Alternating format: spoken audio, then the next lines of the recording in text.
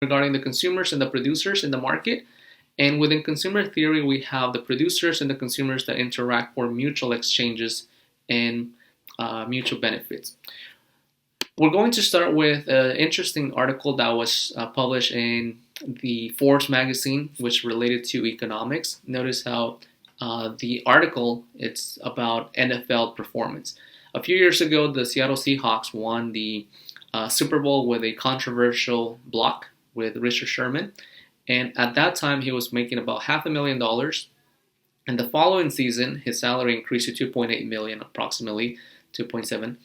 And it had to do with various reasons: his stats, his very significant interception, and the way he was expressing himself at the end of the game, which was very vivid, to say the least.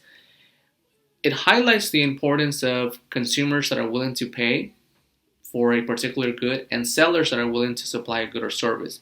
Often cases, in this case, the NFL was willing to pay $2 to $5 million for athletic performance and so on.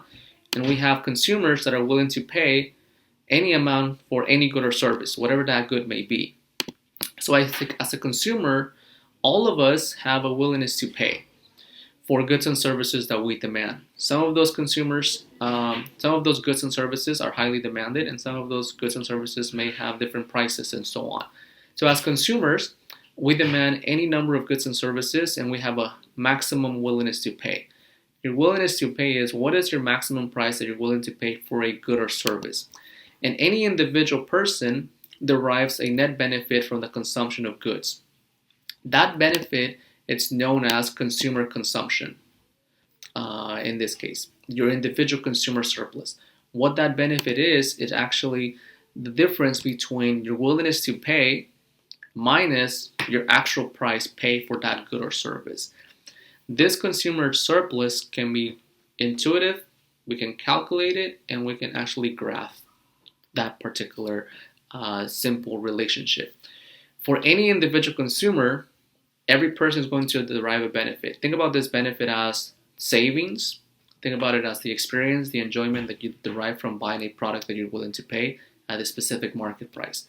When we take into account all of the consumers, we have the total consumer surplus for all market consumers and all market participants. Here we have two, or we can have just one person.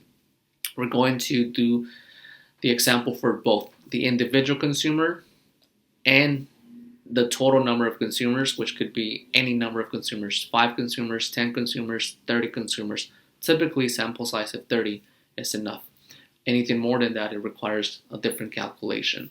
So let's take a look at the individual consumer surplus using this basic formula, willingness to pay minus the market price, and then the total consumer surplus using the total consumer surplus.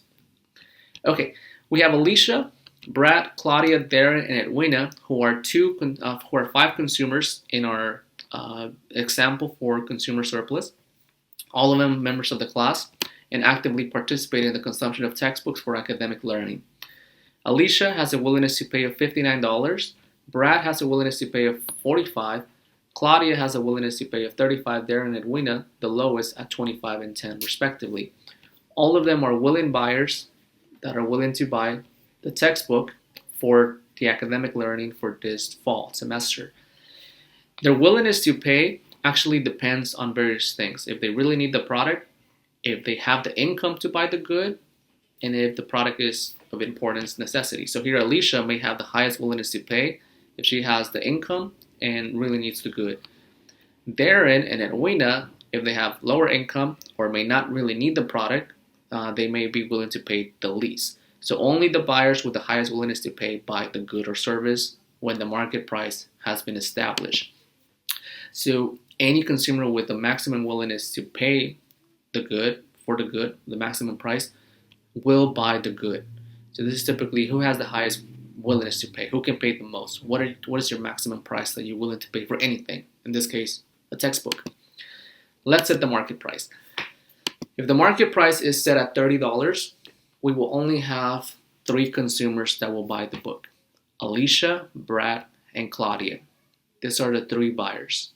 Darren and Edwina are the non-buyers. They don't buy the book because the market price is above what they were willing to pay, above their maximum price. Individually speaking, Alicia is going to derive consumer surplus. Brad is going to derive individual surplus. Claudia is going to derive individual surplus per person individually. So for Claudia, it's going to be she's willing to pay $35, and she gets it for 30. So she pays 35, she gets it for 30. Her individual surplus is $5. These are the extra funds, the surplus funds. She saves $5 by getting it at a lower price than she was willing to pay. Brad pays 45. He's willing to pay 45. He actually buys it for 30. So he's willing to pay 45, gets it for 30. He saves 15, or he has surplus funds of 15. Alicia, individually speaking, she had the highest willingness to pay. She was willing to pay 59, gets the book for 30. So she's getting a surplus of funds of $29. Individual consumer surplus is per person, for each person. Now the question is here for the class is, what is the total consumer surplus for all three buyers? What is the total consumer surplus? When we look at the total summation for all of the consumers, we get 29 from Alicia, 15 from Brad, and 5 from Claudia. It really depends on how many consumers we have. We have 49 from Justin. Great. Yes, it's 49 from Karen, Joseph, Matthew. Everyone's agreeing that it's 49. Itaka, 49. Brian, 49. So once we add all of them, 29 from Alicia, 15 from Brad, 5 from Claudia. Christian also agrees that 49, 11, 49. Most of us agree that 49 is the total consumer surplus for all three buyers, which we have 3 buyers for the total summation. Individually speaking, one individual consumer can have different consumer surplus than someone else, depending on who the consumer is buying the product. So Johan got 40. Johan, it's actually the summation of their individual surplus. If we're adding these numbers here, 59 minus 30, it's 29, and then we have 15, and then we have 5. So it's the difference in the willingness to pay and the consumer price. oh, it's okay. Sorry, 40. Oh, I thought it says 40 for mine. Apologies. Misread with the conditions. Great point. Okay, good. Now, sometimes we know the consumers, and sometimes we may not have a full indication of who the consumers are, and we can just have the demand for the goods and services. The demand for the goods and services is for any number of consumers. Typically, hundreds of consumers, or in this case, we have 1 million units of transactions, 1 million consumers. So in this case, we have the iPhone at a price of $1,500 maximum price, and 1 million units potentially bought and sold in this case. And we have the standard price of $500. At a $500 price, we have 1 million units that are purchased. When we don't know the consumers and who they are in the market, we may need to calculate the area between the demand curve and above the price to find the consumer surplus. The consumer surplus here is the total area below the demand curve and above the price for the good or service. And this is the basic calculation of the area of consumer surplus. It's going to be equal to 1/2 the base times height, times the height in prices. This particular analysis is just using the dimensions of the triangle. So in this case, what will be we have the maximum willingness to pay of $1,500. Some consumers are willing to pay $1,500 for a phone, and the standard price is set at $500, or somewhere in between. What is the area of consumer surplus in this case for any number of consumers using this geographical area of a triangle? Well, we have 1/2 the base, which is, I always use the quantity, which is 1 million, times the distance in prices, 1,500 minus 500. This is the height in prices, not from 0. So that will give us 1,000. $1,000 is the distance in prices. And when we're looking at the area is consumer surplus, it's equivalent to 500 million. Is everybody okay on the 500 million? It's 500 million given the dimensions of the triangle. $1,000 times 1 million is 1 billion divided by 2. We have a consumer surplus equivalent to 500 million. This is let us know that there's a lot of extra funds out there that consumers can still use for consumption. So the phones, for the iPhone, they come out every year. Every year there's a new phone coming out, which means the consumers have extra funds to purchase the next phone late next year. And the new phone is coming out next month. So every year there's going to be, as long as there's consumer surplus and extra funds out there, we have $500 million of market transactions that could still take place. So there's going to be a new phone every year. We now have like the iPhone 11. It's a $500 market, $500 million market in this particular situation. Any questions on this case? So when we don't have the specific consumers, we take the total area and find the value of consumer surplus for any number of consumers in the distance and prices, which lets us know the market value of consumer transactions and what their surplus of funds are. In some cases, the price can change. The price can either increase or the price can decrease. When the price declines, it tends to benefit consumers in different perspectives or in different ways. If the price declines, with lower prices, the consumer tends to benefit greatly. Whether you are the original buyer or a new buyer, at a lower price, there's higher benefits. So let's suppose that we lower the price. If you lower the price for a particular good, it's going to benefit the original consumers that were buying or that would have bought at the original price. If they bought at the original price, then they were already buying the good. But if they can get it even at a lower price, they obtain a higher consumer surplus. And then the buyers that were not willing to buy the good and it's cheaper now to buy the product, that they are new consumers who are now introduced into the market and buy the product at a lower price. So they get even greater benefits by buying cheaper. So there's a question, why is it 1 million the base? What is the definition of the base? There's a question, thank you Justin, on that one. The triangle was filling the area. Okay, so there's a question on the area of the triangle here, right? The base is just the bottom area, the bottom side of the triangle, right? This is base times height, and this is the this is A, B, and this is C, the hypotenuse. So this is the base. The base in this case is the bottom shade of the area, which is 1 million. Here we have the quantity. I always like to use the reference for the quantity. We're looking at the quantity of iPhones, which is why you have 1 million units. This is from 0 to 1. It's 1 million units. And then the height, it's $1,500 minus $500. That will give you the height in prices, which is 1,000. So you have 1,000 in the height times the base. This is the horizontal distance. The definition in this case of the base will be the horizontal distance from the origin to the endpoint. That will be 1 million. So from 0 to 1 million, that will be the base. So it's base times height will give you the internal area of the triangle, which is 1 billion. 1,000 times a million is equivalent to 1 billion divided by 2. That will give us 500 million, which is why it's in millions, since the quantity is in millions. Hopefully that made some clarification. And then Justin also made a slight clarification. Let me know in case there's still some confusion on the dimensions of height times the base. When we're looking at the gain to the consumer, think about the holiday sales. When you lower the price during the holiday season, the original consumers who will buy at regular prices benefit if you have lower prices.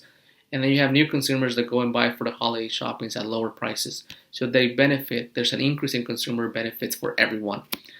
So let's take a look at lower prices. We're going to use our example for Alicia, Brad, Claudia, and Darren, and Edwina. In this case, with the original price at $30. The buyers were buying originally at $30 in the market. That was the original price. And We have Claudia that has consumer surplus, Brad has consumer surplus, and Alicia has consumer surplus as the original buyers. These are the original buyers, the original classmates that purchased the product at $30 each, right? At $30 each. If we lower the price to $20, this is the new price. Before it was just $30. If you lower the price at $20, in this case, you experience a lower price, and with the lower price, there's a change in the consumer surplus because now the consumer may benefit by buying at a lower price. So you're going to have Darren, who was not buying the product before. At $30, he wasn't buying. So Darren buys the book now at $20, and he himself benefits by getting some consumer surplus because he is now able to afford it or to pay for the good or willing to buy the book, and he gets it for $20 but has $5 extra. And then you have Claudia, Brad, and Alicia who experience lower prices, so they gain $10 for Alicia, $10 for Brad, $10 for Claudia. Each of them benefit with a lower price point. So there we have two questions that come to mind in this case, and then two calculations. When we're looking at the situation, yeah, they're enjoying the game of consumers surplus now. The question that I like to ask in the exam is, what is the new total consumer surplus for all of the buyers, which is now including Darren? What's the total new consumer surplus? And what is the change in consumer surplus, which is just this area underneath this rectangle? Because the price has changed from $30 to $20. So there's going to be a change in consumer surplus, which is just this blue shaded area and the light blue from Darren. And also, what is the total consumer surplus with Alicia, Brad, Claudia, and Darren? Those two questions will be on the exam next week. The total consumer surplus, someone that finds it, let me know. Total consumer surplus for all buyers, including Darren. And what is the change in consumer surplus with the price drop due to the price drop? And that's the fundamental question with the price decrease in the market. Okay, so we have two comments. So how would it change? Okay, good question. So we have Olin, who is saying it does changes by 10. So it changes.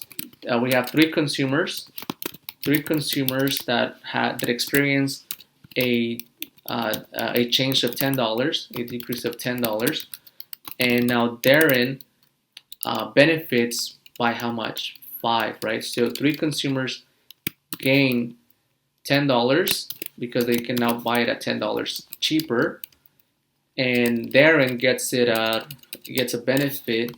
3 original consumers, original buyers gain 10, and then we have Darren who gains 5. Darren, the new buyer, gains 5. So we have a total of 35 for the first one, and then 84 for the last one. Yes. So the total surplus, it's 84. The total surplus is 84. Correct. There's a question there. What is the 84? Yeah, 84. Wait, run it back. Explain why is it 84. Yes, most people agree that it's 84. Okay, so we gain $10 each, right? So here we have the situation that we lowered the price by $10, so we gain 10. Basically, you're getting $10. You're saving $10 more. So there's $10 for Alicia, $10 for Brad, $10 for Claudia, and $5 for Darren. So now you need to take it 59 minus 20, 45 minus 20, 35 minus 20, and 25 minus 20, and add them together. That will give you the new total surplus. And yes, Justin, 35 is the change. $35 is just the change between this blue area and Then Brian specifies that it goes from 30 to 20. Yes, so it goes from 30 to 20. So you lower it by $10, $10. And then Darren has a smaller area because he was only willing to pay 25. So he just goes from 25 to 20. So he gets 5. That's why we get that extra $5 here. So 30 from Brian's asking how do we calculate the change. The change is just the blue area. Change is the blue areas, which is 3 consumers gain $10, and then Darren gets $5. So that's the 30. So the 3 consumers gain 10, that's 30, plus Darren gets 5. This will be the 10, 10, 10, that's 30, plus Darren's 5, that's 35. And then when we do the total, then we do it from the top. 59 minus 10, Brad 45 minus 20, Claudia 35 minus 20, and then Darren. So we do the total for everyone. And we just do this between area, then it's just this area in between. Good clarification. Moving on to the next one. This will be a good question for the exam because we do both of them. The area here and then the total. And it's a little bit more crowded, but it's a good question. There's a good article that came out recently. We have the situation in which the United States every year there are people that need a kidney transplant for various reasons. And we have the United Network for Organ Sharing that is often responsible for allocating a kidney to the people that have waited the longest regarding age. And if you were to become an operational manager for this organization, some of you may have the decision to allocate this product or this life-saving good to a consumer. And they benefit. Again, consumer surplus is consumer benefit. They will benefit from acquiring the kidney. So the big question is, who would you give the kidney to? The person that has been waiting the longest, or the person that is new into the market but is in need of the kidney? You can type the answers in the chat room if you like to. The main important thing here is the net benefit. Both of them receive a benefit, but who will be the one with the potential greatest benefit and who will be assigned it to?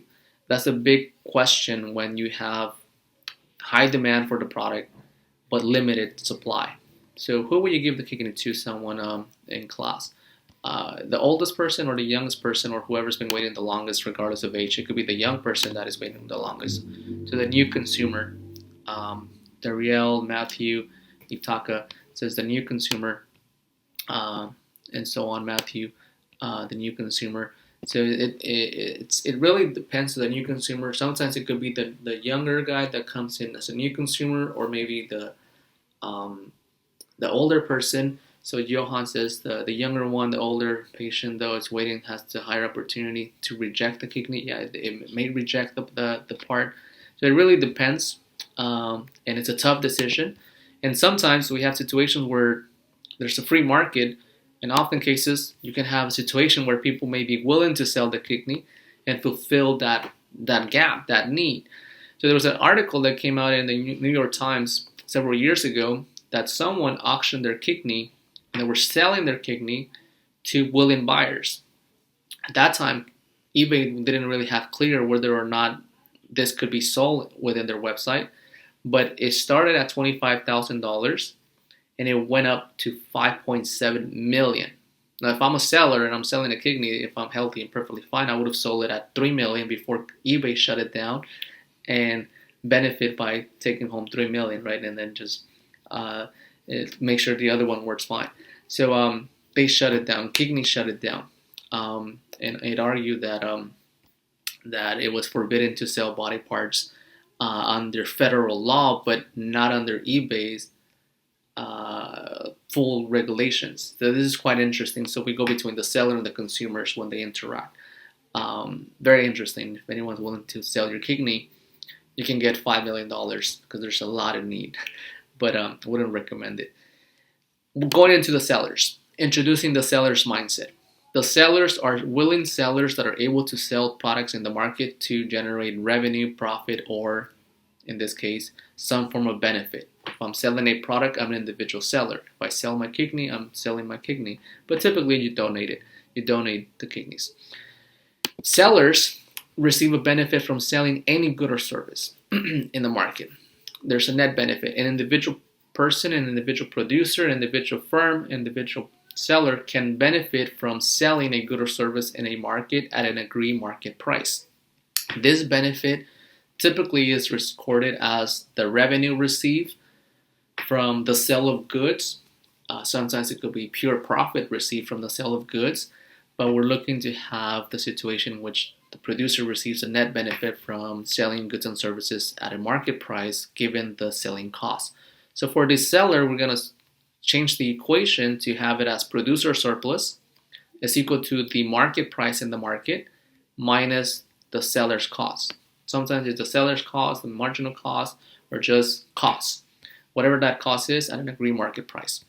And then if we have any number of sellers, we do the same application and add it together for the total number of producers. 4 producers, we add it together to find the total sales, the total volume of sales. We have an individual seller, we just do the individual seller by itself. It depends on who the seller is. Great, so there's a question by Holland. What if I'm selling a product that is greater than the agreed market price? Good question. Often cases you do have sellers that have a high cost of operation and the market price is relatively low or is not yet sufficient to cover the cost of production, or they're not willing to sell it. And that situation, they wouldn't sell the good until demand increases and the price is stable enough to sell the product, or until they experience economies of scale where they can produce potentially at a lower cost than initially and sell the product. If some producers really need to sell the good just to cover some costs, they will sell it at some loss and later hope that the market stabilizes enough to recover and make some profits. But for the most part, the seller will not sell if their cost of operations are higher than the market price, because at that point the seller's cost will be greater than the market price and they may incur losses. If worse comes to worse, you sell it to cover some cost, but knowing that you will have a loss. It's a great point. That will be a situation of a non-seller, a non-willing seller, because the market price does not cover the cost sufficiently. Great question. Unless they choose to cover some costs and know that they're going to operate at a loss. If they think it's going to be short term only. So consider, for example, Andrew Jackson, Betty, Carlos Vela from the Los Angeles LAFC soccer team, Donna, and Angelina Jolie. All of them are different sellers with different costs of operations. So Andrew Jackson has the lowest cost, former president of the United States, Betty from the TV shows, Carlos Vela, famous soccer player, Donna and Angelina Jolie, all of them selling their live memoir or book. And they have $5 for Betty, for Andrew, $5.15 for Betty, and Carlos $25. So all of them could be potential sellers. And if you notice, that's a great question that was asked by Olin. Angelina has the highest cost of operation. So she may be the last person to sell if the market price is not equivalent or equal to $45. Because she may not sell it. She's not going to make a revenue or generate any profits from it. So once the market price is established, you can set the market price and determine the willing sellers. If we have a $30 market price here, now we only have 3 potential sellers so far. The 3 potential sellers: Andrew, Betty, and Carlos. They will be the individual sellers that are willing to sell their product given the lower costs of producing that good. In this case, again, the sellers are the ones that need to have the lowest cost, and ideally they want to have the highest price so they can get the highest revenue. And we want a higher price so the non-sellers like Donna and Angelina are able to sell their good. Otherwise, if we force the sale between Angelina and Donna at a lower price, they don't benefit. They actually get negative returns or negative benefits, and that doesn't happen, or it's not ideal. So Carlos will get a producer surplus between the market price minus the cost, so he gets $5 in revenue. Betty gets $30 in market price and she has a cost of 15. She gets her producer surplus, or you can think about it as revenue. Andrew Jackson is taking $30, and he has a cost of 5, so he takes the highest producer surplus. So we have a individual producer surplus for each person, and then we add it together here to get the total surplus for all 3 sellers. This is the total volume of sales. 25 from Andrew, plus 15 from Betty, plus 5 from Carlos. We get the total surplus for all total market participants. Sometimes they may sell the good if it's equal to their price. So live-in, yes, 45. That's the total surplus. Great point. Total producer surplus for all buyers is 45. Surplus for all sellers on that all sellers is 45. So, and individually they take all of them take different amounts. Carlos takes 5, Betty takes 15, and then we have Andrew that takes 25. Add them together, you get the total. Same situation as the previous one. When we don't have any specified number of sellers and we just have hundreds of sellers selling goods and services like wheat, we have the farmers that supply dairy products. The supply of the goods in this case is the red curve upward sloping. We have wheat, rice, corn, butter, milk, beans, etc. Then we have 1 million units that are sold, and if you go to the grocery store, the market price for a bag of rice, for a bag of wheat, for a bag of corn, for a bag of beans, you can get an entire bag for $5, let's say. $5. And you have 1 million units that are transacted. In this situation, when we don't have the specified sellers, we do have the area of producer surplus, which is between the market price and above the supply curve. So we're going to use again the total producer surplus is going to be the area above the supply curve and below the market price. So in this case, it's just still the area of a triangle here. This is an upside down triangle, but the area is still the same. And notice how in this situation, the producer cost does not necessarily start at 0. It starts 0, 1, 2, 3, 4, 5. That's the market price. Here it's not specified, but it should be at least 1. 1, 2, 3, 4, 5. You take the area, 5 minus 1, times 1 million units, and we will have the volume of total producer surplus. Yeah, I think okay, the area of producer surplus will be equivalent to the pink shaded region within the model.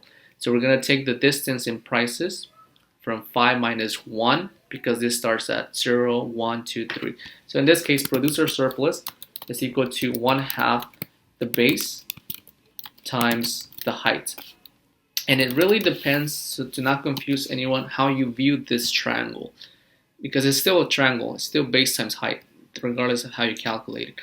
We take the distance in prices, and I always take the quantity as the base because it's from 0 to 1 million. It's actually easier to see that you can find, just plug it into the equation, the 1 million, because it is relatively given, 1 million times the distance in prices, which is 5 minus 1. Don't just put the 5 there because that's the market price, but you need to subtract the cost. Keep that in mind. Subtract the cost, which we're specifying at least to be $1 here. 0, 1, 2, 3, 4. So what is the producer surplus, someone? The producer surplus. What is the producer surplus? Yes, 2 million. Great, thank you. So we have, Brian says specifies 2 million. We have 2 million in producer surplus. And if we increase the price, of course, for the sellers, the producers ideally would like to get a higher price because someone mentioned earlier that if you have a higher cost, then you're not able to sell it. So if you increase the price, when the price increases for the good, then you have higher gains. Higher prices means higher profit per unit, higher revenue per unit, and higher benefits. So the sellers, the supply of the good at the original price, which we had $5, are going to gain additional benefits from selling at a higher price. So the gains to those who would supply the good at the original $5 price point. And then we have the gains to those that were not selling because they had higher costs and may now be able to cover their costs, even if it's break even. So there you have the gains accrued to the new sellers plus the original sellers. So higher prices in general benefit all producers. Higher prices benefit all of the producers, benefit all producers, and increase producer surplus for everyone, for the producers. And increases producer surplus for the sellers. So they get a higher return, a higher benefit to the original sellers that was sold at the original price, and then the new sellers that are now able to sell because the price has slightly increased in the market. For the most part, producers favor potential higher prices if they can sell and gain a higher producer benefit from the previous one. So in this case, we're going to actually increase the price to see what's going to happen to the model. So we're going to have our original model, the suppliers selling 1 million units at $5. That was our original price. Here at $5, we sell 1 million units, and we use this one as $1. Again, 0, 1, 2, 3, 4, 5, 6, 7. Some people might be confused where I got that one. It's just that it's 0, 1, 2, 3, 4, 5. And then we take the area of this triangle. And if you increase it to $7 at the new price, the sellers are selling 1.5 million units. 1.5 million units. So you sell more, and you are able to get higher revenue per unit, hypothetically speaking. There's a question from Olin. What is an example of a situation where sellers are producing the same good but at different operating costs? Good point. You can have the same farmers, for example. The farming industry is different because you can have a small farmer, you can have a big farmer. And the small farmer may have a higher cost because they have this, there's only one small acres of land and they need to cover the cost themselves. You can have a bigger sized farmer with industry equipment that lowers their cost of operation per unit. So it's actually this scenario with the wheat example. It's one of those because you can have the same farmer, which could be a smaller firm or an even greater farmer with a lot of land that may have different costs of operations. Actually, the smaller farmer could have higher costs because they're doing it on themselves. And the bigger farmer may have the lowest cost of operation. So typically, the bigger the company, the lower the cost of operations on average. Or then if it's a smaller firm, they take the higher cost. So the farming industry, it could be, or you can also do it the case of for an item that would typically consume. It's like clothing, for example. If you have a multi-giant corporation that is producing hundreds of clothing. Does anyone recall Forever 21 for female attire? They were big companies that used to have low cost of operations. If they produce massive units, then they can fulfill the needs of the market at a lower cost. Or you can have a small company that only produces small units because they have higher cost of operation. So it really depends on the industry, but the wheat and the farming industry is one of those, where you can have a small farmer that covers all of their costs, or you can have a company that is in the farming industry that can produce more output at a lower cost. Good question. Okay, go back to this scenario when we're looking at the higher price. If we increase the price to 7, the producers are able to produce 1.5 million with the higher price, which means that they increase their production line to a higher level. So Johan already went ahead and solved the producer surplus because that was the question that we're going to answer next. Yes, what is the total surplus at the higher price? The total surplus at the new price, it is 4.5 million. 4.5 million. Because now you have a higher price and you have greater units sold, you get a bigger area, you have the total surplus. So the question now here is, what is the change? By how much did it change? What is the change in surplus. The total is 4.5, and what is the change? So those are two questions. So the total surplus is 4.5 million, and how much did it change? Well, you can answer this one going backwards. What it was before, it was 2 million. It went up to 4.5, so it increases by 2 million, 2.5 million, right? It increases by 2.5 million for a total of 4.5 in millions. So great observations. And we can see the increase when this orange rectangle plus the increase in the small triangle. This area is what increases producer surplus to 4.5, or you can take the entire area, which was done by Itaka and Johan. You can take the total area of the entire triangle, and it gives you approximately 4.5 for the total area. Because this one we know is 2 million. If you increase it by 2 million plus 0.5 million, it will give you 4.5. So yes, good point, good observation, everyone. Is everybody confused? I know Itaka, Johan, and everyone that's given the answers are getting it right away, but is there someone that may be confused as to where we got 4.5? It's the total area of this new triangle for 4.5 million.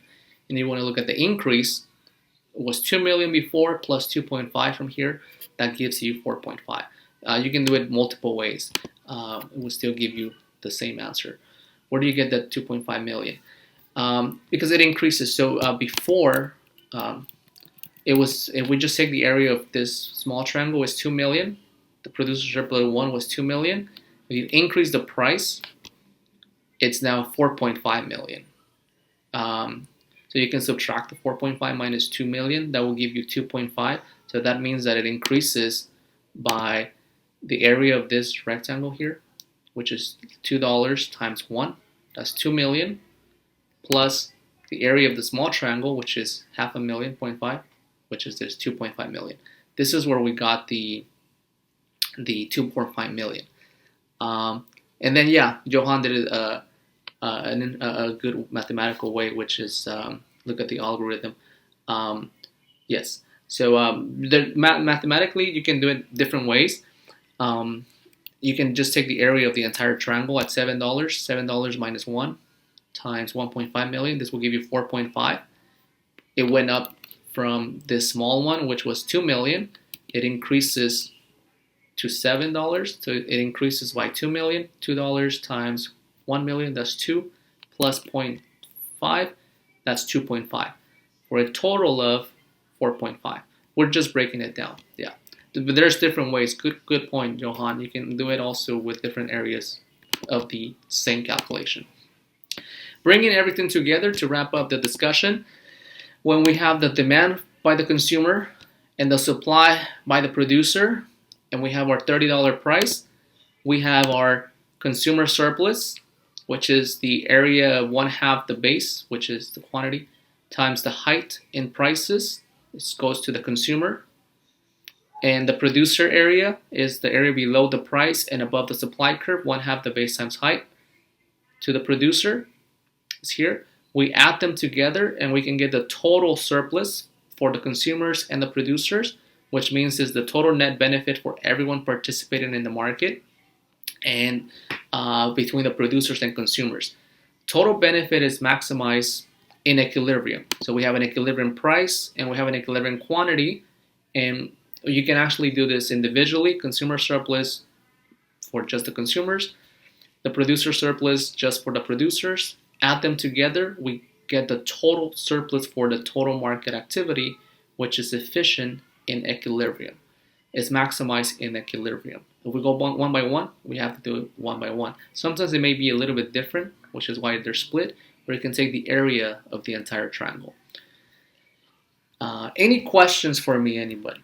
Questions, comments, thoughts, observations? Questions for me? Questions? Let me go back to this. Can you still see the screen? Okay, we're going back to our agenda for the week. For those of you that have questions, please let me know. Our agenda is as follows. We do have an exam that is coming up next week. We'll cover the first 5 chapters. And